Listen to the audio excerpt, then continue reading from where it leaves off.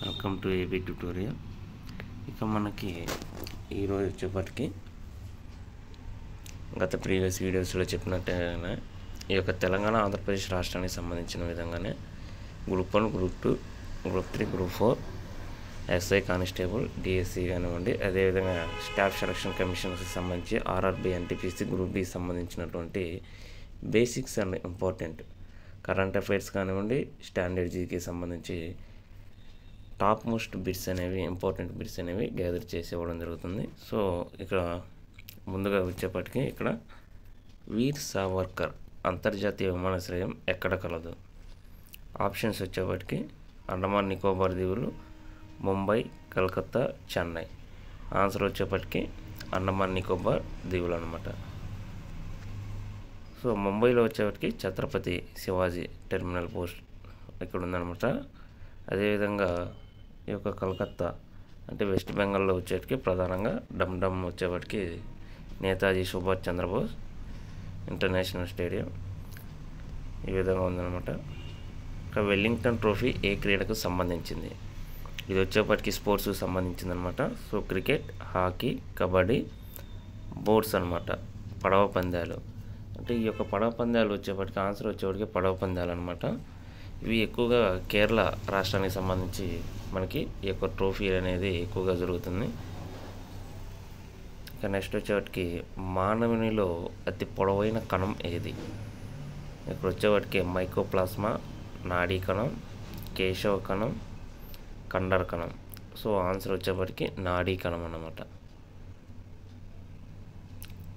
గుండె నుండి శరీర భాగాలకు ఆక్సిజన్ ఉన్నటువంటి రక్తాన్ని తీసుకువెళ్ళే ఏవి?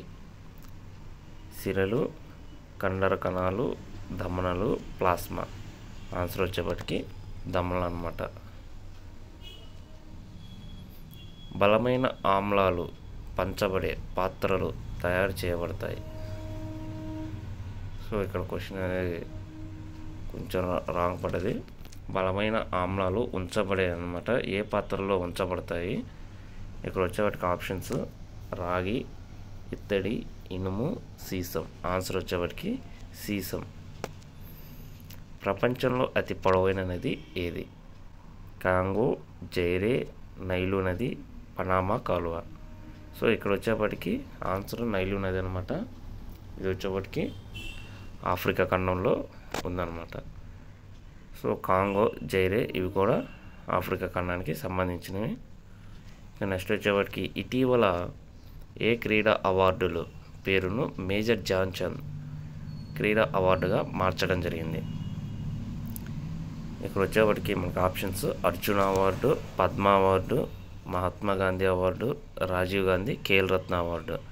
సో ఇక్కడ వచ్చేప్పటికి రాజీవ్ గాంధీ ఖేల్ రత్న అవార్డు వచ్చేప్పటికి స్పోర్ట్స్లో అత్యున్నత అవార్డు అనమాట, క్రీడా విభాగంలో ఇచ్చేది. ఈ యొక్క అవార్డు సంబంధించి రాజీవ్ గాంధీ ఖేల్ రత్న అవార్డును మేజర్ ధ్యాన్ చంద్ క్రీడా అవార్డుగా మార్చడం జరిగిందనమాట. బలం యొక్క CGS ప్రమాణం ఏది? సో చిన్న ప్రమాణం అన్నమాట. మనకి ఇక్కడ ఆప్షన్స్ వచ్చేప్పటికి డైన్, న్యూటన్, ఎర్గ్, కిలోవాట్ అని ఇవ్వడం జరిగింది. ఆన్సర్ వచ్చేప్పటికి డైన్ అనమాట. CGS ప్రమాణం. అదే MKS అయితే న్యూటన్ అనమాట. ది లివింగ్ మౌంటైన్ బుక్ దీన్ని వ్రాసింది ఎవరన్నమాట? సో ఆప్షన్స్ అరుణ ఆసిఫ్ అలీ, అమితావ్ ఘోష్, శశిధరు, జవహర్లాల్ నెహ్రూ. ఆన్సర్ వచ్చేప్పటికి అమితావ్ ఘోష్ అనమాట. ఈయన వచ్చేప్పటికి ది లివింగ్ మౌంటైన్ బుక్ అనేది రాయడం జరిగింది.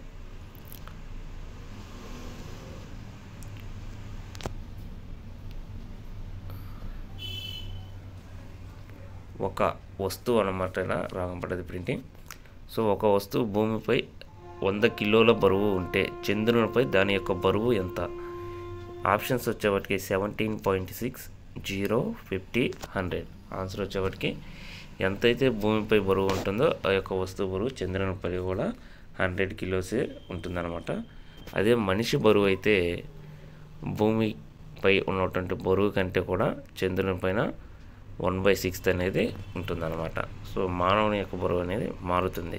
రీజన్ గ్రావిటేషన్ ఫోర్స్, గురుత్వాకర్షణ శక్తి.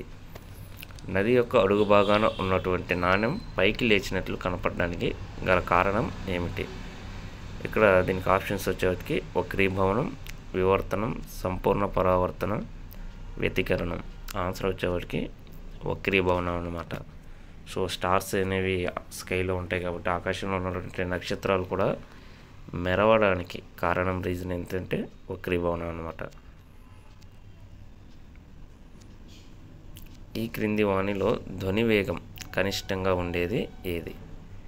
ఉక్కు, ఇనుము, కార్బన్ డైఆక్సైడ్, గాజు. సో ఇక్కడ వచ్చేప్పటికి స్టీలు, ఐరన్, గ్లాస్ ఇవన్నీ కూడా సౌండ్ అనేది చాలా స్ట్రాంగ్ ఎక్కువగా ఉంటుంది. కార్బన్ డైఆక్సైడ్లో చాలా తక్కువగా ఉంటుంది అనమాట, ఈ యొక్క గ్యాస్లో అనమాట. నెక్స్ట్ మనకి అబ్రివేషన్ అయితే ఒకటి ఇవ్వడం జరిగింది. ఎంఆర్ఐ అనగానేమి ఈ యొక్క అబ్రివేషన్ ఏంది? Magnetic reaction imaging, meter reaction imaging, magnetic resonance imaging, meter resonance imaging. Answer వచ్చేవాడికి ఎంఆర్ఐ అనగా మీటర్ రెజోనెన్స్ ఇమేజింగ్ అనమాట. So MRI scanning, CT scanning ఇవన్నీ కూడా మనం సైన్స్ సంబంధించినటువంటి సబ్జెక్ట్లో మనం ఉంటాం అన్నమాట. నెక్స్ట్ వచ్చేటికి పల్లవ రాజవంశ స్థాపకుడు ఎవరు? ఇక్కడ ఆప్షన్స్ వచ్చేటికి సింహ విష్ణువు, మహేంద్రవర్మ III, నందివర్మ, సింహపుత్రుడు అనమాట. ఆన్సర్ వచ్చేవారికి సింహ విష్ణువు, పల్లవ డైనస్టీకి సంబంధించినటువంటి ఫౌండర్ అనమాట. సో విద్యుత్ శక్తిని యాంత్రిక శక్తిగా మార్చేటువంటి పరికరం ఏంటి? ఆప్షన్స్ విద్యుత్ హీటర్, జనరేటర్, విద్యుత్ మోటార్, బ్యాటరీ. ఆన్సర్ వచ్చేప్పటికి మనకి విద్యుత్ మోటార్ అనమాట. విద్యుత్ శక్తిని అంటే ఎలక్ట్రికల్ ఎనర్జీని మెకానికల్గా ఎనర్జీగా చేంజ్ చేసేది విద్యుత్ మోటారు.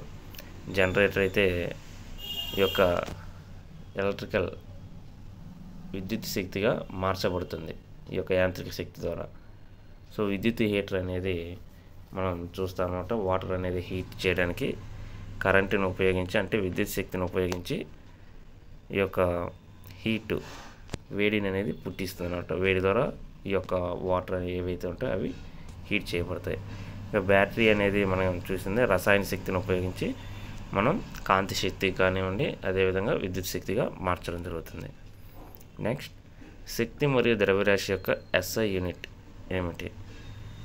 ఆప్షన్స్ వచ్చేటికి calorie, joule, pascal, newton. Answer వచ్చేటికి న్యూటన్ అనమాట. ఇక మోతీ మసీదు నిర్మించినది ఎవరు? ఔరంగజేబ్ II, షాజహాన్, ఔరంగజేబ్, అక్బర్. ఆన్సర్ వచ్చేటికి ఔరంగజేబ్ అనమాట. మినీమీటా వ్యాధికి కారణమైన మూలకం ఏది? ఇక్కడ వచ్చేప్పటికి ఆప్షన్స్ ఫ్లోరిన్, కాడ్మియం, పాదరసం. ఆన్సర్ వచ్చేప్పటికి మినీమీటా, పాదరసం. రోడ్డుపై ప్రయాణిస్తున్నటువంటి కారు ఏదైతే ఉందో ఆ యొక్క కారుకి గల శక్తి ఏమిటి? ఆప్షన్స్ వచ్చేప్పటికి స్థితి శక్తి, గతి శక్తి, వర్క్ పని, నన్ ఆఫ్ దీస్ ఏది కాదు. ఆన్సర్ వచ్చేప్పటికి గతిశక్తి అనమాట. వాహన హెడ్లైట్లను ఉపయోగించే దర్పణం ఏమిటి? ఈ యొక్క వాహనం ఏదైతే ఉంటే వెహికల్ దాని ముందు ఉంటాయి అన్నమాట ఈ యొక్క హెడ్లైట్స్. వీటిలో ఉపయోగించేటువంటి గ్లాస్ దర్పణం ఏంటి? దిపుటాకార కటకం, సమతల దర్పణం, కుంభాకార కటకం, పుటాకార కటకం. ఆన్సర్ వచ్చేవాటికి పుటాకార కటకం అన్నమాట. సో ఇది మనకి ఈరోజు సంబంధించినటువంటి ఇంపార్టెంట్ బిట్స్కి సంబంధించి టుడే అప్డేట్స్ అనమాట. సో మన ప్రీవియస్లో కూడా దీనికి సంబంధించి వీడియోస్ అయితే చేయడం జరిగింది. ఇలాంటి డైలీ చేయబడతాయి అన్నమాట.